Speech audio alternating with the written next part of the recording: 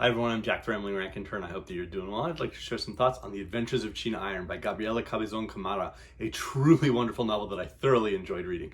The translators, Fiona McIntosh and Fiona McIntyre, describe the book as a kaleidoscope of a novel, and to me that's a very accurate way to try and identify a book that doesn't really fit comfortably into just one genre. Yes, it's firmly an adventure novel, but there's really two adventures, there's two journeys that are going on across this novel. And that combination gives it this wonderful alchemy. Yes, there's this sense of wonder of an epic scale, but there's also this sense of intimacy, of a very personal narrative, a personal journey going on. And so it's a book that rewards that close, attentive reading to see the different combinations, the way that Cabezón Cámara is playing with the expectations and the differences between a very personal, intimate story and this enormous tale around the nascent cultural identity and national identity of Argentina. And so the book works, it absolutely works. Now, it's an adventure novel, it's a Western on some level, because China Iron is a young woman existing out on what seems to be the edge of Argentine civilization in 1872. And she proceeds, now that her husband, Martín Fierro, might be the title of a famous gaucho epic that I encourage you to read. Martín Fierro is gone. He's been conscripted into the army, and he's gone. So his wife, China Iron, Josefina, she begins to journey. And she catches up with this woman, Liz, who's from Scotland, and they proceed to journey and gather another individual, Rosa, who wants to be a gaucho, wants to be a rancher, and they take a journey across the Pampas, across the desert, across different climate zones of Argentina, out deeper and deeper and deeper away from the city, from what is thought of as civilization. And so as that journey is going on, there's also this journey for China Iron as she's discovering who she is, or really perhaps who they are. Let's talk about that Western side. The desert framed the scene, a brownish plain, the same in all directions, a flat surface on which the sky balanced, like there was nothing else in the world. You might say that being there on the wagon box or riding my horse was living the life of a bird, a bit like flying, your whole body submerged in the air. It doesn't seem right. There are hardly any birds in the Pampas, and the few we have are low flying or can't fly at all. You get flamingos, like clouds of shrill pink on the horizon. You get ñandus that run faster than horses, their strong, elastic legs scything the ground and raising the dust. The ñandus connect the pampa and sky. And like at sea, where you know you're approaching dry land because you start seeing birds overhead, the same happens in the desert with water and groups of people.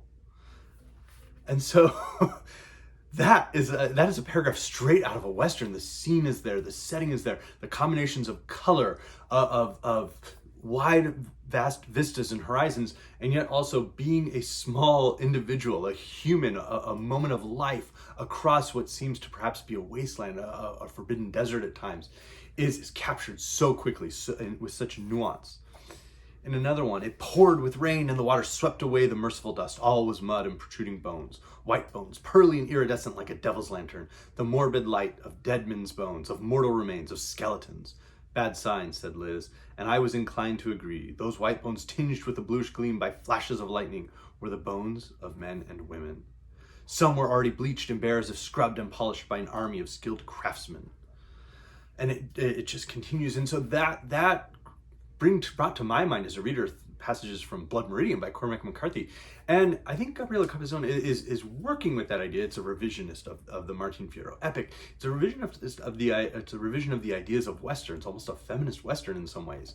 And so that paragraph, those details around the travel, the journey are fascinating. We follow these characters to this outpost where there's almost this weird Sparta that Jose Hernández, possibly the writer of Martín Fierro, is trying to create his sort of, seed spot for what will become this strong, militant national culture of workers and, of hard men and nonsense.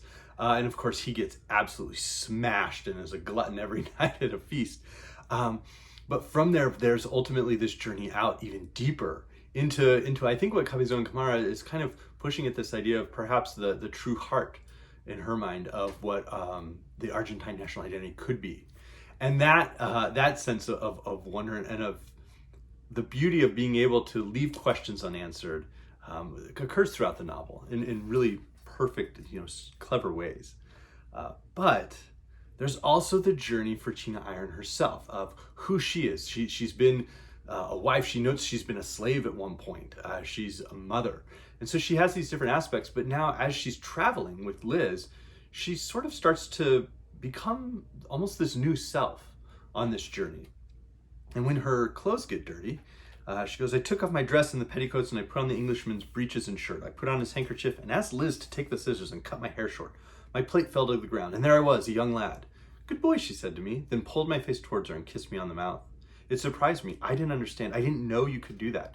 And it was revealed to me so naturally. Why wouldn't you be able to do that? It's just that back where I came from, women didn't kiss each other, though I did remember cows sometimes mounting other cows. I liked it. Liz's imperious tongue entered my mouth. Her spicy, floury saliva tasted like curry and tea and lavender water. I would have liked it to go on longer, but when I grabbed her tight by the hair and pressed my tongue between her teeth, she pushed me away. I wasn't sure if that kiss was British custom or an international sin. I didn't care. Liz loved me. That much was clear, and even if what wasn't, there was no going back. From then on, he kept watch. I was always on my horse and stuck close to Estrella, who was also transformed. And so we have this sense of China Iron starting to become not just this adult or this more true self, but really changing in many ways and reflecting on these changes and trying to figure out how does she fit in or how do they fit in, not only across this journey but ultimately into when they reach the edge of civilization or beyond the edge of civilization, and they discover this new opportunity to create a civilization, be part of something new. How would they fit in there?